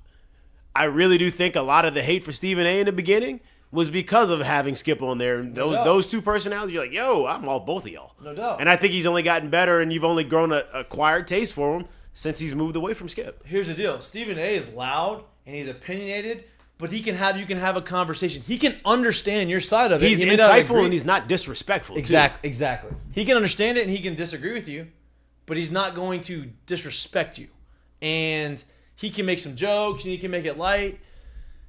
If I was in an argument with Skip, I want to fight him every single time. Yeah. That's what he Every wants. single time. I know that, but like I legit punch him in the face. Yeah, that's why he's not. That's why he's been at home for 2 months. Yeah, I know. Like It worked that's until just, it didn't. and it made me hit Stephen A. And now listen to Stephen A. I'm like, I like Stephen A. I think one, he knows what he's talking about, and he doesn't just say outlandish stuff to get views. Yeah. And you can have a conversation with him, and you can have a debate with him, and have different sides, right? Like you can not agree with him, and you can maybe Have some nuance. and change his opinion on certain things, right? And I've seen people do that. I've seen JJ Redick do that with him, Yeah. right? I've seen JJ Redick sit on there and say, he's like, you know what? My bad. Yeah. You're right. You know, and like, Skip, no shot. And I think it says a lot too. Like, I guess if we're just talking about that, when it comes to Stephen A., outside of Max, outside of Skip, it's been the same people. Yeah. So to be that demonstrative with everything you do, but to not really run off people, to me says a good amount about how you are and how you go about your business. And people, whether you like it or you don't, they respect it. And Also, they want to work with them. How is Around the Horn still on TV? I don't know. I get how part of my take. I get how I low key. part of the interruption. I low key sometimes kind of pay attention to it, but I like do I don't. I'm surprised. I'm not like locked into it, but like I'm like, all right, whatever. Part of the interruption, I like. I can do a part of the interruption. I can. I like PTI, bro. I like P. If I'm the 60-year-old dude, I would absolutely love watching those two. It's not. I That's don't exactly watch- who they're on for. Right, That's exactly. their demographic. I don't watch it, but like if it's on TV and I got nothing else, I need some background noise. I have no problem just having that back. Honestly, because both of them do really well together. Yeah. They know what they're talking about, and it's not like Great background overbearing. noise. The Around the Horn for me is just like I just don't like it. They got some takes on from like young reporters in there. I'm just like, what? Yeah, I don't like it. Huh? I don't like it. ESPN's in a tough spot. They're And, working on and it. you'll see the reason we're Disney's all in this a tough spot. It's conversation. not. Which it is ain't why just they ESPN. fired everybody. Also, last thing about football before we go to the segments, Dan Snyder's such a piece of shit, right? He wanted John Gruden out. He hated John Gruden so much that he leaked the His emails of John Gruden so he can get fired. You know how he leaked them? And how? Schefter.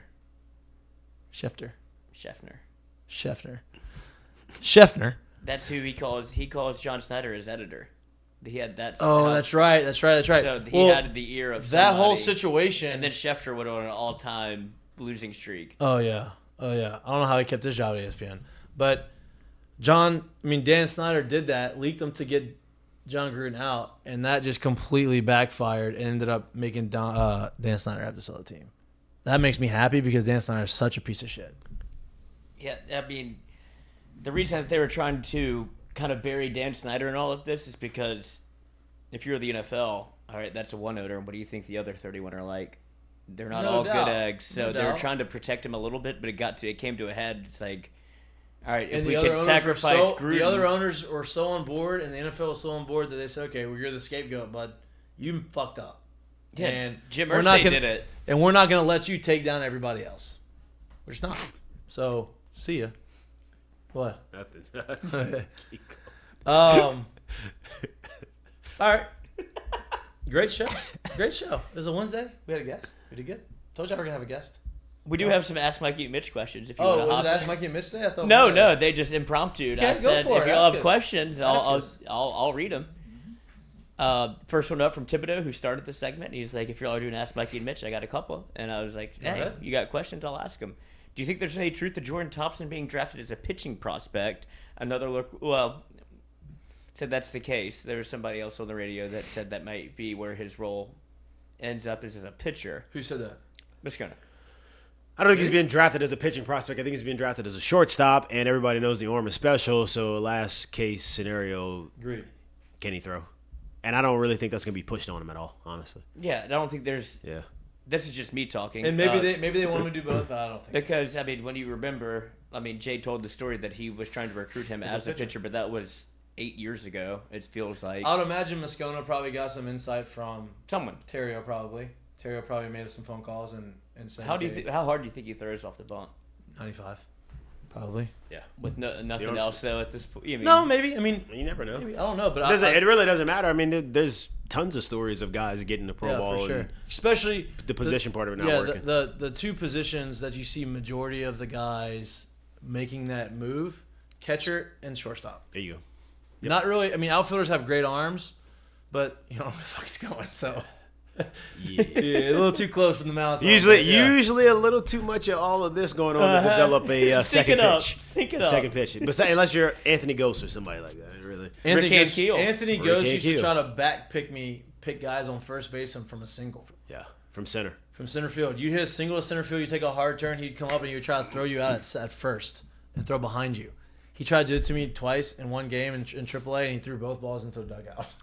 Hey, at about 99, Coming in just high. singing, I mean, Bo. he ended up making the transition Yeah, he to did. pitching. He did. I think he made it to the big leagues as a He did. pitcher. He did. Threw 100 from left side. Yeah. He was talented dude, man. I mean, all you got to do is catch the Yankees' new hitting coach one time, Paul Casey. Bro, that's y'all. He's a new hitting coach? Do you understand that? That's why I was laughing just now. 'Cause I was watching the video. Oh, getting thrown out from right field. He's throwing No, was it from left left field? field. Left field. Left-handed hitter got thrown out on a single to left field at first base. Unbelievable. That's why I was giggling just now because I saw that and I couldn't hold it in. It was. The mayor tried to turn it on, too. He Hey, he's thought he was out. Hey, he's a big personality too. Mm-hmm. He's going to funny. crush it. He's funny. Ask Mikey and Mitch. Next one up. My nephew works for the grounds team at Alex Box. If I ask him what he's heard about upgrade remodel, do you think he will tell me, or do they have to sign an NDA? I didn't read that before I started talking. I don't think that he knows, to be honest with you. He's going to have to go to work. Yeah. I mean, he won't know ahead of time. Maybe they sign an NDA, but I don't know. Not very sure of that one. I'd This imagine- might be the first question that's kind of somewhat stumped us right here. I would imagine that one, they didn't sign an NDA because I don't think it's that big of a secret as to Right. like what they're trying to do. Right. So, yeah. Next. This is the last one that we have in the chat. Tyler Chambers. Who is a more clutch hitter in the College World Series, DJ LeMahieu or Tommy Tanks? Well, I mean, one of them actually hit a walk-off, so I'm just going to give him that. But I think DJ might be the most Consistent. underrated player in LSU history. I agree. What he did here was great, and he's been unbelievable since he's left here, Yeah, too. Tommy hit the walk-off. That's huge. DJ also was really the reason why we won the national championship. Yeah. I'll give him that. I mean, before the 11th inning when we won it, that he had the 2-out, 2-strike double to tie the game in the top of the ninth. If we don't do that, we lose that first game, and the chances Get of beat in the us. second game. I mean, we got our ass kicked in the second game 5-1 because Taylor Youngman was dealing. Yeah. Right? Which nobody remembers this, but in that game, the first game, Youngman came in and threw 4 straight balls and walked a guy, and they took him out. The next day, started and shoved it up our ass. Yeah. But clutch hitter, that's tough. I'm only giving DJ also hit the sole homer in center field. Yeah, that but I'm first only game. giving it to Tommy because he actually won a walk-off, game. yeah. So I'll give it to Tommy, but I do think DJ was the most underrated player I think in LSU. Yeah, history. Him or Trey McClure. That guy was pretty underrated too. that too. Okay, go ahead. Oh, no more questions. This one I heard earlier. Oh, and I'm stealing a segment, but I heard it earlier on the radio today. Do you think that if Dylan Cruz tries to stretch that single into a double and Tommy hits the walk-off, that they intentionally walk him if Dylan Cruz gets the second? Yes. Probably. Isn't that crazy? Probably. I mean, how much were they down? It was a tie ball game. Exactly. Yeah, So 1,000,000%. His run doesn't matter. Yeah, his run does not matter. The winning runs at second base, 1,000,000,000%, infinity% that they put on first base. Like, there's no chance that who's he's behind him. By the way, who was behind him in that game? Was it Beloso? Was it a lefty? It'd have been Trey Morgan, Trey Morgan. who would have bunted. No. I mean the runner's on second. There's one out. No outs. There's no outs. Maybe he would have done it, but I think they would have probably let him try to hit. I don't know. If I got that part of my order up and a hit wins the game, I'm not It's wasting. Trey, Dugas, Beloso, or Yeah, I don't know, Beloso, whoever it Dugas. was. But yes, one. There's no doubt in my mind they walk him. Why wouldn't you walk him regardless? What's So, the yeah, there's difference? doubt in my mind, but I do think I wouldn't have been surprised. But like I said, with two lefties coming up behind that, and there was no outs. I mean, do you really want to run into that, or like let's try to get this a righty out? We got one more righty, and only take our chance. Maybe. I mean, I with get one that, but I guess you walk them. At least you have the double play in order. I don't know. Why wouldn't you walk? I wouldn't be think they surprised would. if they you would could've, have. But yeah. Because here's the misconception in baseball. Oh, the guy's on second. There's a base open. No, bro. There's bases open when you got on first too. Yeah. Because the second and third's open. Yep. So if the guy's on second, you're gonna walk the guy, get to first. You walk the What's guy the anyway. If you don't want to face him, you walk him, and you have got for 100%. Like just because they say, "Oh, base is open," no, there's always a base open unless the bases are loaded. Yep. Right. So and honestly, the Giants still one base open. and they said that. I mean, they've showed you that the base is still open because they'll intentionally walk somebody with the base loaded. Done it twice. Seen it twice. Go ahead, give Barry me the other Bonds guy. and Josh Hamilton. Yep. That happened last year to someone too. That wasn't even like kills. Somebody last year got walked. Oh, they did, huh? Yeah. Was it Soto? No, I think it was like Corey Seager or something like that. It was somebody like that, and the next guy hit a homer. I think. Yeah, I think so. It was somebody. I know for a fact somebody got walked the bases loaded last year. Or no, I think it worked out. I don't know. Anyway, yes, that's the misconception. There's always a base open. Just have to shift your perspective. Yeah. See the game a different way. See it in reverse. See what happens. That's what the Rays do. That's it. Great show. They have a closer. Why can't we have a starter? Opener. They don't really do that anymore. It's a good idea though. I understand the concept. You shorten the game. You allow one of your better pitchers to get through the lineup once, and then you let your starter come back through, and now you only have to see him twice, but you get to the seventh. I get it. Always, multiple ways. It also meant at that time too they were really, really, really high on that bullpen. Yeah, I mean, they had a bunch of guys. I mean, like, it was a Like revolving not that door, their dude. starters were bad, but you're like, hey, these guys are. We have a full really bullpen good. that's everyone on the bullpen in the big leagues are capable. We also have a full bullpen in AAA. So we have no We have a lot of shortage. We're guys. just gonna get the shuttle going. Exactly. Yeah, for That's sure. what they did. They should have had the My question is: Are they ever the going to be able bullpen to? cart. Are they ever going to be able to get over the hump? No, That's the I question. don't know. I do think so. I think so. they got close. I think they will be able to. I think Cash is awesome. I don't know, but I will tell you this: just by going to watch Aaron pitch last week, boy, that is a tough atmosphere for a Major League Baseball game. That stinks. Oh my God, It stinks. Lloyd, let me tell you, you walk through that. I feel like I'm at Was there people there? Nobody's there. There was actually people there, but like you walk through like the concourse of that place, and you're like, Oh, it stinks. this is as bad. as it is. Best acoustics in all of baseball, though. But Well, when, you you're, got when, a you're dome. hitting, when you're hitting BP, Sounds and great. it sounds. Every ball you hit sounds like this ball is going 700. Hey, when you drive by, it looks like the old convention center. Oh, bro, in town. listen to me.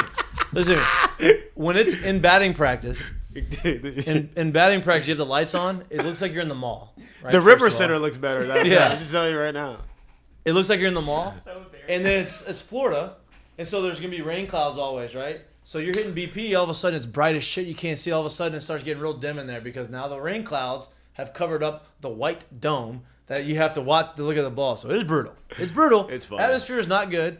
It is brutal. And It's literally- great. It's great when the girl next to you after extra innings flashes the whole dugout. That happened to us in Tampa, which was awesome. It sounds was like great. a Florida thing. It was great. She got kicked out because the lady behind us had the kids, and she said that girl needs to All go. she saw was her back. Yeah, we cheered loud as shit when it happened. The dugout. And our pitcher on the mound, and we're in extra innings. He actually got the guy out to fly out in extra innings. He came up fired in because he thought we were yelling at him. We had no Nah, bro. luck as that. Double D over there. You missed it. No luck as that. Good Thank pitch, you. though. Thank you. We ended up walking off the inning, which is good. Julia Rose. The girl that did it at the World Oh, Series. definitely was not her. I can tell you that. Tell you that. That's how the Astros use their signals. Oh, man. That's it. I don't think so. Put the beams up. Doesn't sound like she got to stay in very long. All right. Good show today, boys. That was a good one. It was a long day. I came in here hot. I thought I was gonna be a little later than I was, but I wasn't. It was good. Good show. We'll be back in studio this Friday from 1 to 3 p.m. We'll probably have a special guest on the show. We can't announce it just yet on who it will be. We can announce it whenever it is Officially official? whenever it is officially official that we have them. We appreciate all the love. We appreciate all of the support. We appreciate all of our sponsors. I know we talked about the Heineken headlines. The Heineken headlines kind of got shut close because Coach Nate Yeski is very prompt. He was early, and I didn't want him reading. I also had a phone call that I had the answer, and it was just a lot of things happened quickly, and It's live, baby. that's a live. That's the beauty of a live show. But our friends at Heineken have done a really good job. Been really good partners with us. It is summertime. It is hot. It is Heineken Silver is a perfect way to cool yourself off. Cool the esophagus off, mouth off, keep it nice and chilled. Football season is really, really close. I mean, you are probably 40-something days away. 40-something days, 48, 49, I don't know how many days. A lot of days. Not that many days. 55. Is it? No, 54 Four, actually. yeah. 54. Somebody told me today.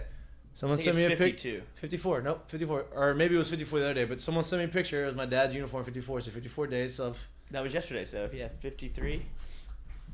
whatever. I saw it. Coming That was up. cool. Yep, close. Oh, you saw that? Mm-hmm. My dad's picture? Yeah. Really? I mean, I'm on the Twitter, coach. Where'd you see that? On Twitter. Where? I didn't see it on Twitter. A friend of mine You said didn't send it to him? You're selfish. I think I sent it to the Mik'd Up Selfish.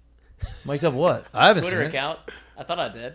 Or I sent it to you. I thought I did. Did not send it to me. I don't know. I don't know. Anyway, I don't know how to handle. Anyway. I don't know how to handle grief. I don't know what Well, it's that not means. grief. Yeah, It's not I just thought grief. it was cool.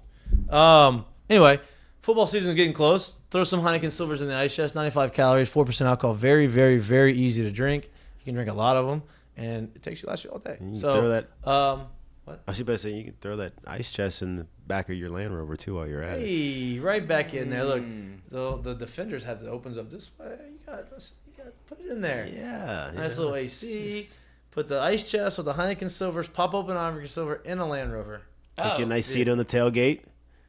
Enjoy your time out there. If you want to get one, where would you go to get a Land Rover? Airline Drive, Highway. Yep. Check Airline out- Highway Land Rover Peretti. 13934 Airline Highway. There you go. Call 225-756-5247. Get you a car. Tell them we sent you. Yeah, and you'll get a free Heineken Silver when you walk in. All right, we didn't do the segments. I forgot about that. So, That's what I was wondering. If yep. I mean, if Nope. we're gonna, segments are brought to you by our friend. Mistake of the day is brought to you by our friends at Dozy Place. if you want to have a beer Yep, or burger, or a or burger, a steak, or a tomahawk. steak, there's no better place than Doe's No better Eat Place. You know who probably can't go to Doe's Eat Place? Who? As the former Alabama baseball coach, Bohannon. As the details have He been may honestly leaked. he may be able to come to Dozy Place because I don't think he'd be able to go to any steakhouse in Alabama Yeah. unless he's got some inside info. He might have to pay double in those. You know who certainly can't go is Bert Eugene Neff Jr. That guy, never. That guy, if I don't know if he could pass the driver's test. if Bohannon didn't lose his number yet, then he's doing something wrong. And Bohannon's just as much fault. But that guy's an Give me idiot. the- give me the Give story. it to us. Give So me the story. details are, the people familiar with the investigation told Sports Illustrated that Neff wanted to bet more than $100,000 on a college baseball game. It's so perfect that this ties in with LSU baseball. One of which the starter that had a bad back from sleeping on a bad mattress is now visiting LSU, And now you have the Alabama coach texting with, allegedly, Bert Eugene Neff Jr., who walked into a sportsbook in Cincinnati, Ohio, where they had 0% of bets on the game. Zero. And he went in with $100,000 in cash and decided to put a wager on, I would imagine it was on LSU with Paul Skeens going, and gets to the window, and they're like, this is way above the limit of what you can bet on a college baseball game with zero action. We can't take it. And then he tells the people in the window, no, I got inside information. Inside information. I have to put the bet down. Huh? He told them at the casino that he had insider information, and the story says he imitates as if did a little bit of I'd imagine and he then proceeded looked at his phone and was like, hey, I have to get this bet in. And so proceeds to do that, continues to text with Bohannon. And not like this. Like this. Where the camera... While he's at the window. Where the camera can see the phone, to the point where it's so obvious where the camera can see the phone, zoom into the phone, and read the text message. And I'm sorry, I didn't mean to hijack it, but I'm just going on top of it. Yeah. It's just so bizarre to me. P to Z cameras. P to Z cameras, crazy. Zoom in on the screen, and he was using a... CCTV. That's more of what it feels like. Yeah. It was an app that is supposed to allegedly delete all of your text messages after they happen. The Mark Cuban cyber dust type deal. It's like a encrypted text, like a WhatsApp. Yeah, drug dealers. And so he was using that. Get zoomed in on. They copy the text, see it. After this man tells them out the window that he has inside information, we're like, well, we're clearly going to try to look at your phone, and that's how the whole thing played out. And allegedly, Eugene Neff, Bert, was a guy that played a little bit in high school, was supposed to be this big deal, never matriculated. Now he just runs the sleeve scheme of USSSA, and he's the connect to the connect to get you recruits. And so that's how Bohannon had his information, and he tried to parlay it into a literal parlay. And the dumbest crime of all time. Here's my question though: if they were allowed to get the bet in and they didn't get caught, would he have won it? They don't know what the bet is. They haven't released what he bet, but you would imagine that if you get information from the starting Alabama, it's baseball though. Anything could have happened. And Alabama almost came back and won that game. Right, they did almost come back and win. I think they would have lost the over. So the parlay, if he bet the run line and the parlay, run line in the under, I think he'd have lost. I feel like you don't bet the under though. If Paul Skeens is throwing in but you don't have your starter. Right. They didn't have. So I think he probably just took LSU money line, is what everybody has surmised pretty much. That what else would you take? Right. With $100,000, and it's probably minus 220, and so you're betting $100 to win, whatever that it'd be. You have to bet $220,000 to win $100,000. So if you only had $100,000, you're winning not six figs. So 50, 40 grand. Yeah, it's a nice little payday if he wouldn't have been so fucking stupid. But that's your Dozy Place mistake of the day. This man going to it's unbelievable. Howtogetcaught.com. Could you be any stupider? How to bet for dummies is what it basically is. How not to bet. He had to be drunk. There's no way he was completely sober. Oh, yeah, and it was definitely probably had a couple pops. And then the time limit of it, where it's I got to get this in because the game's about to start. He was a late scratch for Alabama, so I'm sure he gets the text. He's like, I got to get this bet in now. For him to have $100,000 in cash is crazy. That accessible for somebody that doesn't do anything but allegedly help on the USSSA circuit. But the way he went about it is, I'm smarter than that, and I'm not very smart. Dumb. Wow. An idiot. That's a great one. That's probably your best one. I appreciate him for doing it. Yeah, appreciate you, buddy. Wow. Idiot. Content. Ruined everybody's life. It's okay. Great one. Our current call is brought to you by our friends down at Assured Partners. For all your insurance needs, please call us at Assured Partners. Keep calling. Keep calling us at Assured Partners. I don't know if y'all got one specifically, but I think this is a good universal one. I got one. Okay, you give me one. It's probably going to be the universal one that I was talking about, but go ahead. Where does it start at? A&M. Okay. Got a different one. It's a good one. Part of LSU's return back to dominance on the field, in the bar, on the Jell-O shot board, We also go back at the top of the leaderboard and the nation's leader in attendance this year. Mm-hmm. We're talking about 447,527 came to watch LSU games this year. So I'm going to go ahead and tip my cap. Not my cat. Not my cat. My cap. To the LSU fans, because we talked about it before the year. We said, hey, look, I'm just letting you guys know in case y'all don't really want to hear what you've heard from the outside. This team is special. You might want to get in the ballpark to go see them play this year.